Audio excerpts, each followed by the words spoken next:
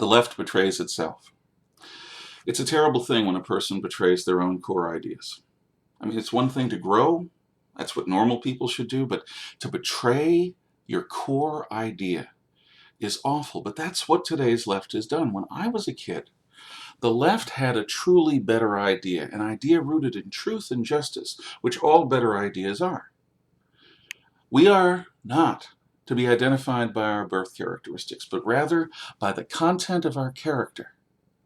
We are not in control of our birth characteristics. We don't decide who our parents are or what kind of bodies we have. We decide what we think, what we say, and what we are going to do, or at least try to do. That's what we're accountable for. That's what we're responsible for. That is the fulcrum of our existence, our capacity to decide and to act on the basis of our convictions. And the justice of a society that allows that to the maximal degree is the foundation of the legitimacy of the good that's in the American Republic. We've always tried to be this, but we haven't always lived up to it. It took a civil war, and a century later a civil rights movement that ripped our cities apart to get us to a wonderful point.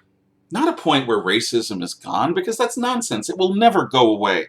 We are wired to be tribal. What's amazing and definitive about the United States isn't that once we were racist and had slaves, because hell, everyone else did. What's definitive about us is that we fought the bloodiest war in our history to get rid of those, to get rid of slavery. And we, 100 years later, at the height of our wealth and power relative to the rest of the world, again ripped at our own guts to try to get rid of Jim Crow and that terrible legacy. Generations of unfulfillment in the African American community finally were going to have a chance to come out after 1964, because no longer would it be illegal for a person to discriminate on the basis of race. And yet today, that's gone.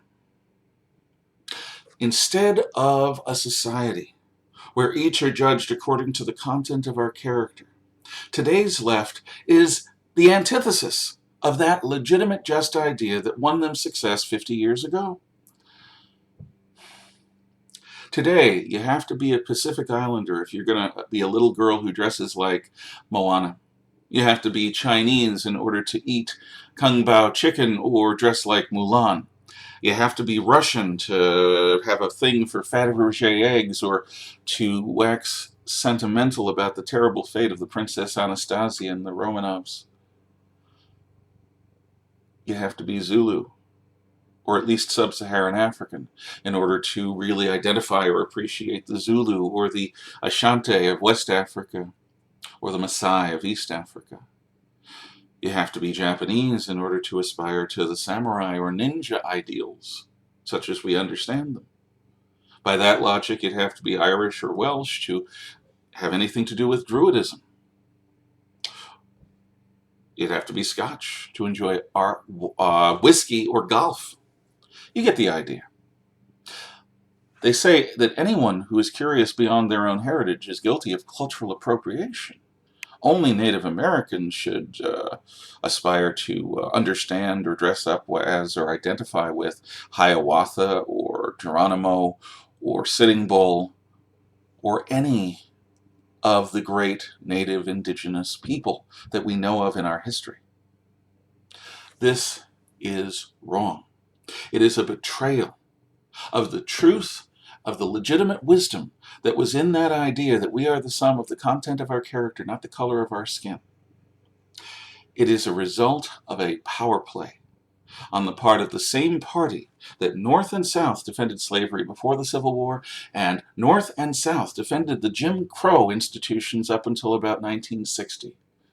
A party that lives on the basis of faction rather than nation.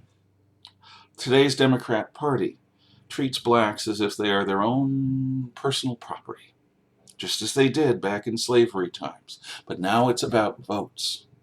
And they will cater to that community even when such catering is unhealthy. There is no such thing as collective salvation In a free society, you don't get to blame your parents all the time for how your life turns out. And you don't get to blame your race for how your life turns out. There is no such thing as institutional racism or white privilege. These are inventions of people who are desperate to redefine racism, desperate to make it relevant in the modern day, desperate to win power by divide and rule tactics, tactics that perpetuate blood feuds, race hatreds, intolerance, and a lack of understanding. Because today's Democrat Party doesn't have a better idea. They aspire to socialism, which is an idea that has never worked, and don't cite Scandinavia, because Scandinavia ain't socialist. It's free, market, capitalist, with a strong welfare state to back it up. Genuine socialism, fascist socialism, and communist socialism, they're not responsible for economic prosperity. They're responsible for over 100 million murdered civilians in peacetime in less than 100 years. So without a better idea, today's left, in the form of the Democrat Party, the Antifa thugs, or the Black Lives Matter movement, offer hatred, revenge, bitterness, unfulfillment, and blame. White privilege did it to you.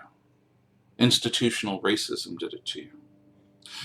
We have a disproportionate number of black youth in prison because racism, not because black youth happen to commit more crimes out of proportion to their percentage of the population. Now, there are reasons why crimes happen. Some of them are sociological, but all of them involve personal choice. And that's the rub. In a free society, every single one of us, unless there is legal racism, which there hasn't been in this country since 1964, every single one of us is responsible for our own choices after a certain point in our lives. We decide whether we are going to succeed or fail, whether we're going to be saved or whether we're going to be damned. No group is going to save us. No community leader is going to save us. No federal government is going to save us from ourselves. Remember that the next time somebody tells you that you have guilt for things that you never did, or that you are owed something for things that never happened to you, that you are defined by how you came out of your mama and not what you choose to do with your life, because it's a lie designed to take power and autonomy from you and give it to some politician or community activist. The American people must wake up to the glory of our society. The Civil Rights Act of 1964 was not a suicide pact designed to destroy Western civilization because of all the evils we did. It was an invitation to the children of slaves and slave owners, of immigrants from all over the world and Native Americans, to join in our Western civilization, to become partners with us in the West, to make us a better people, to make us curious about the wider world, to make us tolerant of variant cultural ideas, because the truth is humanity has come up with some pretty amazing things over the last 5,000-6,000 years about what's worth living for, dying for, and killing for. And within the Western tradition of plurality, of pluralism, of political toleration, and a wide, very wide degree of acceptable belief and acceptable action, within that context, we really have the opportunity to build a first-class world culture with the ideas from people all over the world, but in a Western context. Destroying the memory of the West by taking history out of the university and out of high school classrooms, or distorting it into a series of self-flagellating, oh, mea culpa, mea maxima culpa, is stealing the truth from ourselves. And that truth is we can make a society where everyday people are not the problem, they are the solution to their own problems. If they choose freely to be wise, to be prudent, to be hardworking, these are not white values. These are universal human values that we in the West invite everyone to take part in today. Were we always like this? No. But we are the only society in human history to reinvent ourselves this way. No one else has done it. We have.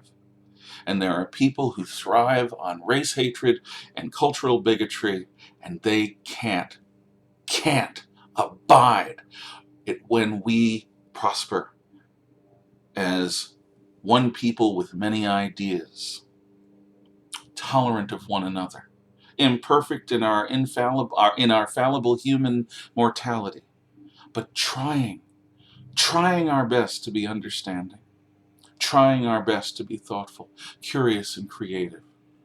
Don't let anyone slogan you into shame, and don't let anyone shame you into giving up on the freedom of every individual to save themselves and to try to save others. Be well.